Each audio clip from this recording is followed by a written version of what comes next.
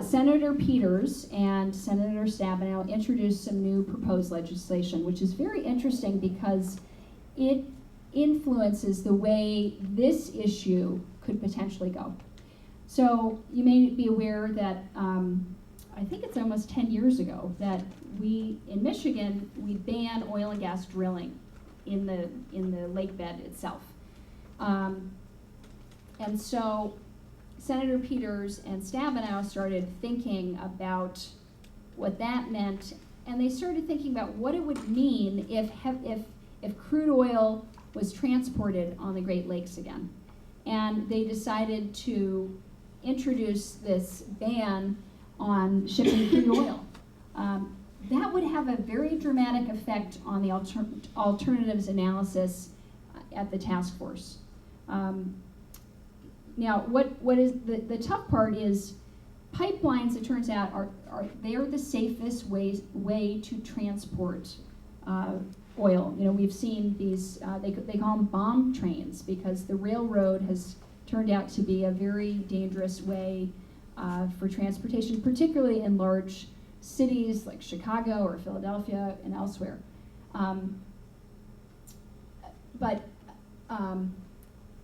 What do you do when you have a pipeline that's in 20% of the world's fresh surface water? So that's a very specific inquiry. I should mention all of this legislation is tied to PHMSA's authorization bill, and that's why it references identifying the Great Lakes as a high consequence area, which means that when a pipeline company would come to PHMSA to say we'd like to put these pipelines in the Great Lakes, they would have a much higher standard of review. Okay, so we'll keep on moving. Okay, so sorry about all the words. I couldn't think of a lot of good pictures for this, so if you have suggestions, let me know. But so it's a multi-prong approach. The first issue is what we would like to see is immediate action about shutting off the oil flow. This would not affect the natural gas. There's about 20% of the petroleum products is natural gas that's currently transported in the pipeline. So when you hear statements like, oh, those environmentalists, they want to deprive all the UP residents of no heat and those kind of statements, that's not what's going on. Because natural gas does not pose the same harm, potential harm to the Great Lakes, because eventually the gas would volatilize and it would not cause that monumental harm that we saw in Dr. Schwab's simulation. Number two, we are very much committed to be working hand in hand with the advisory board, with the state, to continue to implement the alternatives analysis and risk analysis. We are working to empower citizens, businesses, to keep pressuring the state. Things don't happen without citizen action, and that is, what is so wonderful about the League of Women Voters and many other organizations, that they want to engage the democratic process. It's so fundamental to all of the work that we do, and it's also the key to keeping things, preserving the things that you love. We're growing this statewide campaign, and also in the Midwest, and then of course we're just working very closely with our local leaders, state leaders, and federal leaders, because we have the federal leaders are very committed to protecting the Great Lakes, and so we hope that energy can pass to the state. Next. So I wanted to just leave you with a couple of items about how you as active, engaged citizens can get involved. We have letters that are on the Oil and Water Don't Mix sign. I should just really point to June Thaden over here in the corner, because she rallies the base over there. letters to the editor. You know, if you're a great writer and you want to help with this kind of campaign, we need you. We also have a way for local businesses to sign up. Sharing this with social media is really critical. And go to the website. I think that's a really great place to start, okay? And finally, we also are trying to fund our own work. And with groundwork, we've just launched a CrowdRise campaign. You can donate on there, but sharing it with your social networks so that other people throughout the state know about it. I mean, it's going to take more than Northern Michigan to vocalize,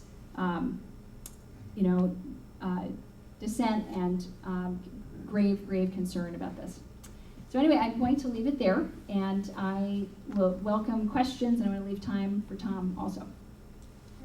Let me put the lights up Yeah. a little bit here. Yes.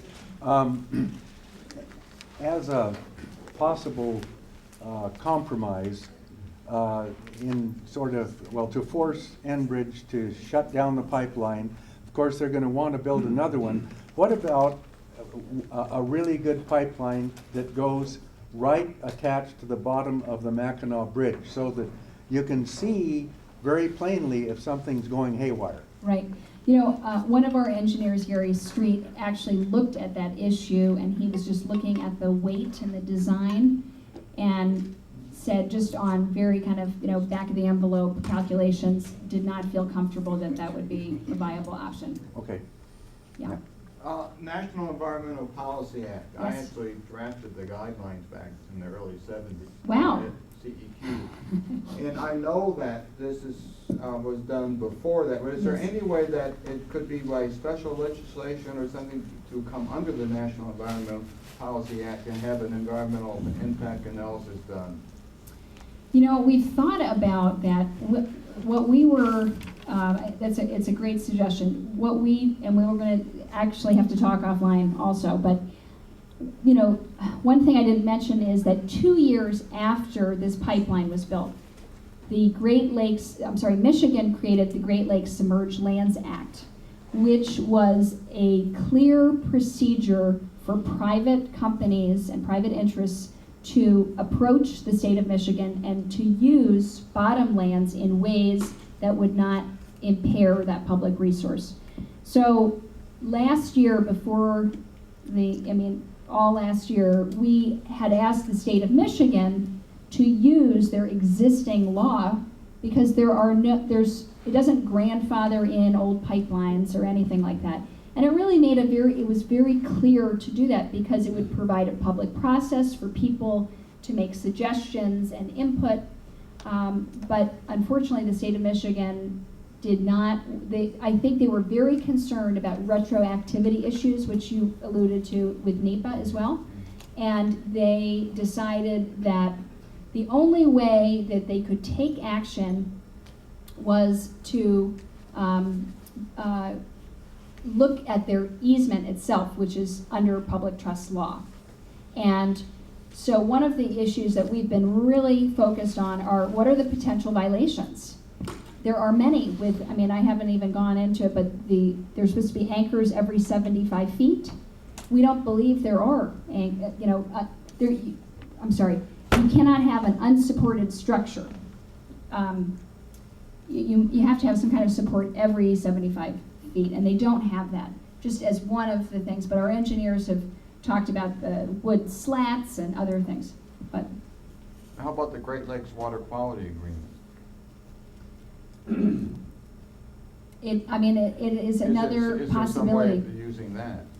Yeah. Now the complication is that this is a Canadian-owned pipeline. So But they're signatories. I I was know. part of the negotiations for that. That was Yeah. up in Ottawa, and they were Yeah. certainly part of it. yeah. Let's I have w- some other questions Yes. too. I want to Points talk more. here, Yes. but- If the pipeline operates as part of a public trust, Yeah. would it not be within the power of the state attorney general to sue Enbridge for breach of that trust and put the burden of proof on it to establish that the pipeline was safe? And if it could not then do so, it could be shut. I would assume the court would order it to be shut down. You're thinking, right, same lines I am thinking. Well, and if that's the case, Uh-huh. then it would seem to me the Attorney General ought to be the primary focus of your efforts. Yes. Not the governor, for example. Yeah, no, and that's right. We have, and if I made that unclear, I'm sorry if I did. We are targeting both the governor and the attorney general, specifically the attorney general because of, he's the highest legal authority in the state, and moreover, he has gubernatorial aspirations, and so that's exactly right.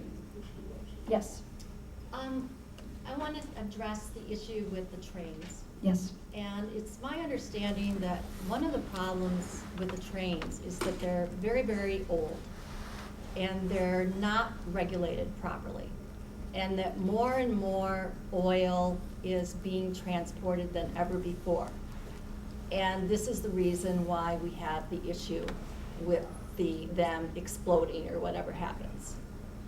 I heard that on Diane Reed. yes, yeah, no, I think that's all right. Is there a question though that you? That Your was not a statement. question. Okay. That's a statement, Okay. and so I know that people say, well, we have the issue with the trains, but I think that is not being addressed as much as it can be. Yes, I have two questions. thank you. Number one, is there any economic benefit to this pipeline running through Michigan as it does, number one? Yep. And number two, what, is it simply the legislature in Michigan that's standing in the way of this? I guess a related question. Mm-hmm. Do you have any idea of the public attitude toward, number one, either maintaining the status quo of this pipeline or shutting it down? Any idea of what the public pulse might be? I'm guessing. I think most people, in my experience, when I explain the situation, in 2 sentences, there's a 62-year-old pipeline, oil pipeline, running through 20% of the world's fresh surface water. The immediate reaction is, well, why is it there, and shouldn't that be shut down? To address your question about the economic benefit, from what we know, Enbridge provides about $22.5 million each year in property and sales taxes.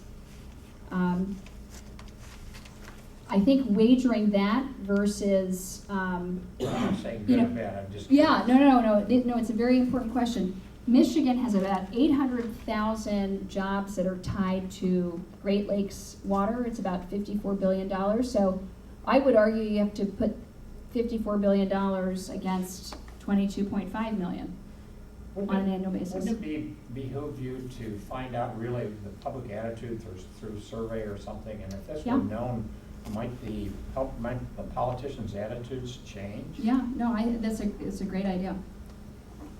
Yes. So what's the worst case? How many gallons did the U of M study use? I gotta believe there's a switch or a shut-off somewhere, so no more is coming in. Right. How many gallons, how big a spill would you have if there's a bust? Well, it's a great question, and it's a very important one that it has been a moving target. Enbridge says that they can close down the automatic shut-off valves in 3 minutes.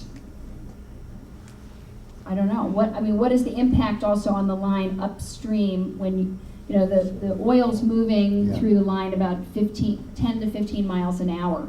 I don't know if they can close it off that. Enbridge's worst case scenario is about 5,000 barrels of oil. When you start adding up the facts that there are emergency centers in Escanaba and the boom isn't, is 4 hours away in Detroit, it's pretty challenging trying to figure out, what is a real worst case scenario. They have, now the 1953 easement has only a $1 million insurance requirement. Oh, wow. So this year, because the state of Michigan finally asked Enbridge, they said that they now have a $400 million policy. But That's You know, too Kalamazoo costs 1.2 billion, and it's not in open water. And so I don't think we've ever seen what a worst case scenario would look like. And the more important issue is that we just cannot adequately respond in the event of a disaster. So I hope that answered your question. Yeah, I was gonna, you had mentioned an independent risk analysis was ordered. When Yes. is that due, or is it already done? So the Pipeline Safety Advisory Board, it's that 15-person board that the executive order created. We don't know when the timeline will be. Their first meeting's on October 28th, and then I hope that they will institute it, you know, as soon as they can. I think Enbridge will be paying for it, so then there are questions about transparency and how, and you know, objectivity and independent. Okay. Oh my gosh, so many questions. How soon would they know if an oil spill occurred? I mean, what mechanisms are in place to alert them, or is it a matter of percolating to the top and people see it?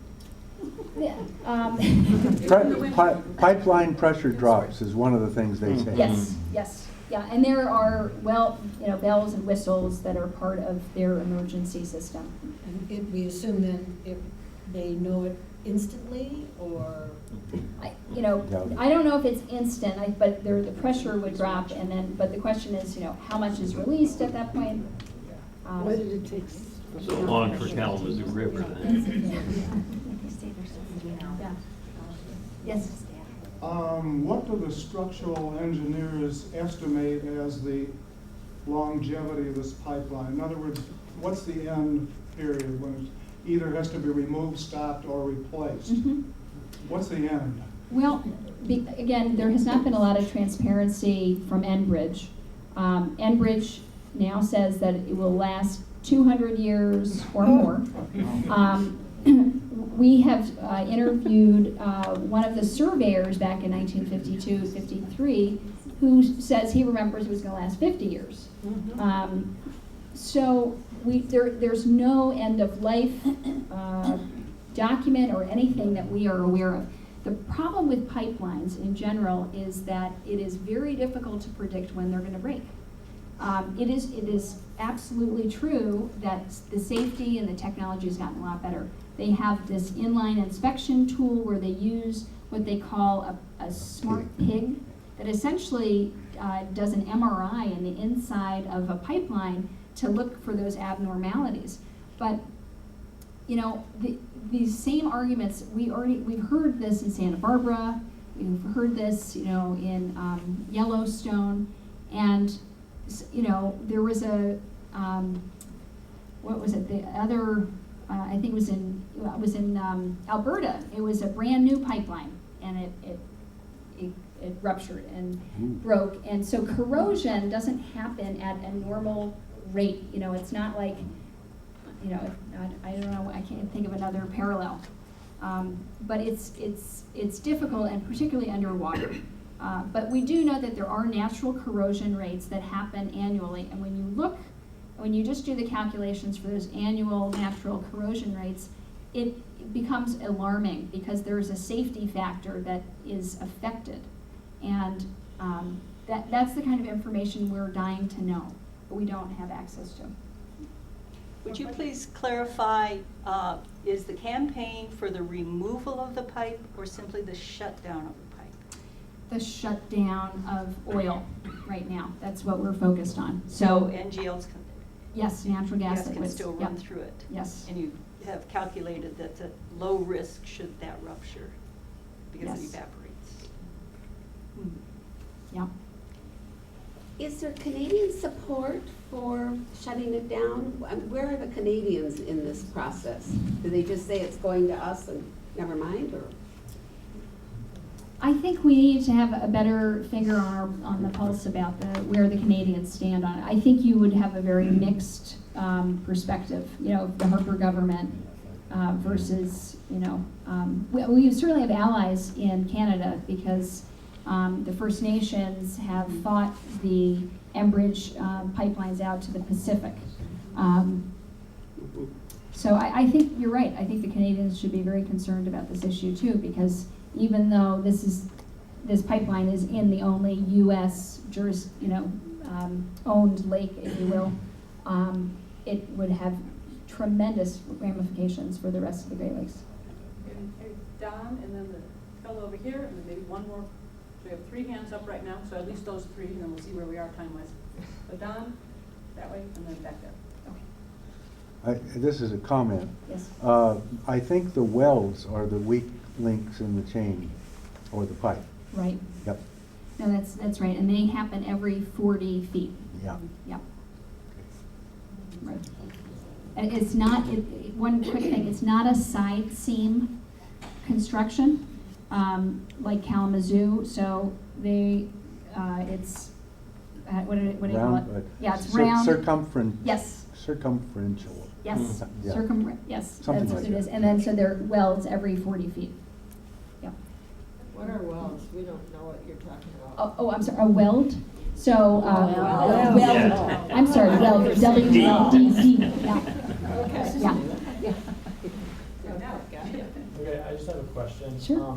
Are the pipelines maintained at all, like over the course of like a year or a couple of years? Are they maintained?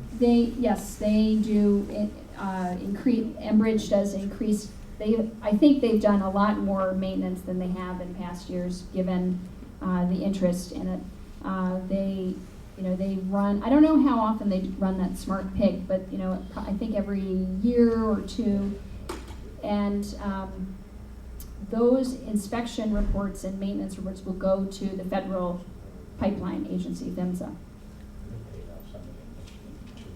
Sir, you still have a question over there? You? Yes. I read somewhere recently that 85% of our propane in northern Michigan comes through those pipelines. Is that accurate? Yes. And does it come through in gaseous form or liquid form? It's natural gas liquids. No, I'm talking about propane. Right. Well, it goes to, I think it's Rapid River. And then I think it's compressed there, right? I think that's right. It comes through as gas, not liquid. Right. Okay, thank you. Yeah. If the pipeline was shut down, what would be the viable alternatives? Well, that's why we need to have a study done on it. If you go back to the larger picture of Enbridge and their extensive network, one of the options would be to go around the Great Lakes rather than through the Great Lakes. Another alternative would be if this indeed turns out to be a central pipeline, which we believe it is not. This was built as a Canadian shortcut. It is very clearly articulated as a Canadian shortcut because most of this oil is going to Sarnia, Ontario, where it's refined. There is some that goes to Marathon and Toledo, but there are other options here. Yeah, right there. Yeah. Yep. Is it going to be an option that Enbridge likes? Probably not. Cost them more. It will, yeah. This is a very complicated discussion. But when you're talking about certain waters, I think, just like the Attorney General said, you would never build a pipeline like this today, and I do believe that there is going to be a growing consensus that this pipeline, we have to sunset this pipeline because it just doesn't make sense to risk such an incredible resource. On that map, where it goes to Sarnia, it still has to cross a body of water. Yes, and we haven't even talked about the St. Clair River. And it goes underneath and it's tunneled under. And yes. What is the material of the pipeline is made of? It's steel. Yep. And then it has a coal tar sealant, and there was a picture that we had. Eventually that material corrodes. Yes. Yep. Yeah. one of the things we haven't spoken of, as you said that, and what happened in the 50s when they didn't have the zebra mussels that are now all over the top of it, as you've seen it. And what they're talking about is those excretions from the zebras are a possibility of what they didn't know of that's eating into the iron or the tar. So that, and as you look at that pipe, you see they're covered with the zebras. Right, and that's one of the findings that our scientists raised before the task force and was included as a result. What's interesting is that in addition to the potential excretion and corrosion from those invasive species, in 1953, the engineers, they did a really amazing job, but they didn't anticipate the opening of the St. Lawrence Seaway with these additional invasive species. And it matters because the additional weight is another issue for this pipeline ultimately. And that has not been satisfactorily addressed by Enbridge. The only report that they've come out is from some biologists saying they're on the pipeline. Okay, well, what are the implications? And that has not been adequately addressed. Mary? Would you repeat what you mentioned about the force of the flow of the water in the straits versus Niagara Falls? I think that was quite impressive, and maybe should be emphasized. Yeah. Would you repeat that? Sure. Dr. David Schwab says that the currents in the Straits of Mackinac are 10 times more powerful than that of the Niagara River.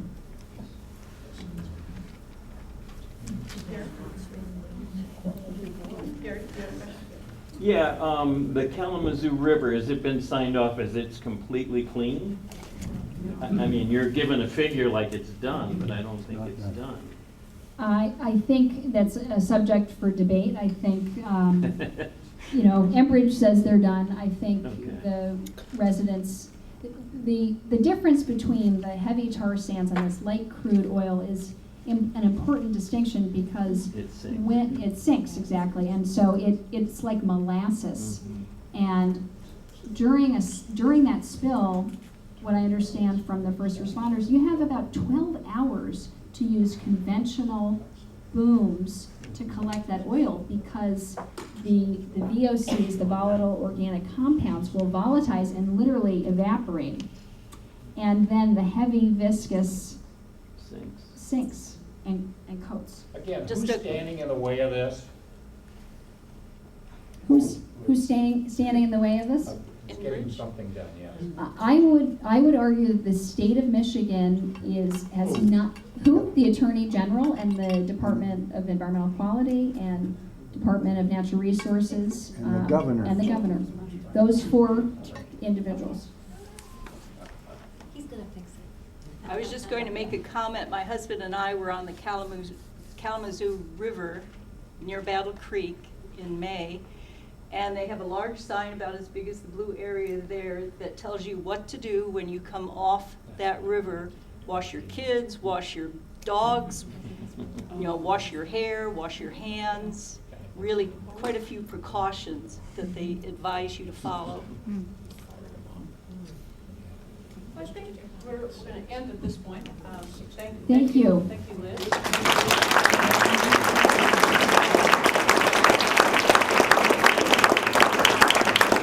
Kirkwood's presentation will be on our website. It's being taped here today and will also be on Up North Media. So for your friends, neighbors, or other people you thought should know about this, we will send out those links once they're given to us. Flo has a lot of material here. Once we're done with the next short presentation, I think we'll move the materials to the front so there's not a log jam in this skinnier hallway. So, Tom Van Zoren, come on up. And Tom is a ranger at Sleeping Bear. Information that Tom's going to share was also sent out to our league members, I think it was last week, with additional information and where you can contact and give your input, and that will be sent out again after Tom's presentation today. Thank you. Can you hear me okay like this? Okay, hear me okay? Yeah. Okay. One minor correction. I'm not actually a ranger any longer. I'm retired. I'm not representing the Park Service or anything like that. But anyway, thank you. Good afternoon. I know you've got a lot of good things to do.